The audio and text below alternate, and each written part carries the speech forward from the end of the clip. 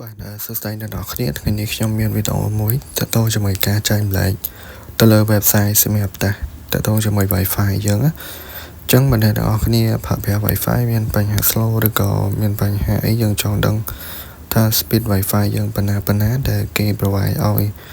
មកពីខាងក្រុមហ៊ុន ISP អញ្ចឹងអ្នកនរគ្នាអាចចូលមក website ដែលដូចខ្ញុំនេះគឺអាចតេស្តដឹងថា speed Wi-Fi យើងគេ provide មកឲ្យគ្រប់ឬក៏អត់អញ្ចឹងណាចឹងអ្នកនរគ្នាអាចដឹងបានបើសិនអ្នកនរគ្នាចង់តេស្តទៅលើ Wi-Fi ហ្នឹងអ្នកនរគ្នាអាចចូលមកកន្លែងsearch មកbrowser របស់យើងហ្នឹងអាចតែ Chrome ឬក៏ Microsoft Edge មកចឹងអ្នកនរគ្នាអាច search ពាក្យថា test speed អូខេ search test speed ចឹងមកហើយចុច next អូខេចឹងអ្នកនរគ្នាមើល speed អូខ្លាហ្នឹងមកចឹងអ្នកនរគ្នាចុចបើក website មួយហ្នឹងមក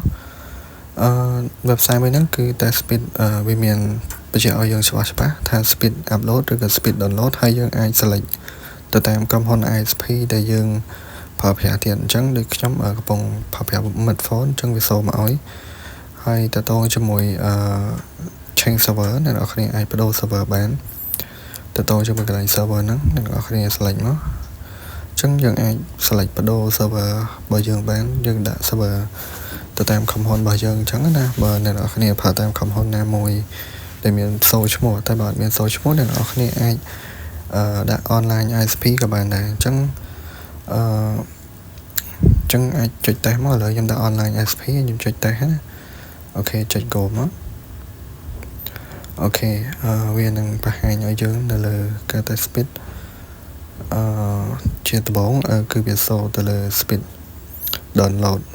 ហើយទៅជាមួយ ping ដែល load លេខ12នេះគឺបានន័យថាយើង track មើលទៅលើដុំ router របស់យើង performance បានល្អឬក៏អត់តែបើ performance លេខ12អញ្ចឹងគឺលឿនហើយតែបើថាលេខ 1000 ឬក៏អីអាហ្នឹងអាចថាបញ្ហា performance ដែរដូចនេះវាសូមក speed download មាន53 មេអញ្ចឹងណាហើយមួយទៀតទៅជាមួយ speed upload speed download គឺយើង download អីផ្សេងពីwebsite ឬក៏ Telegram ឬក៏ app អីចឹងហើយ speed upload យើង upload ទៅលើ YouTube Facebook ឬក៏អីចឹង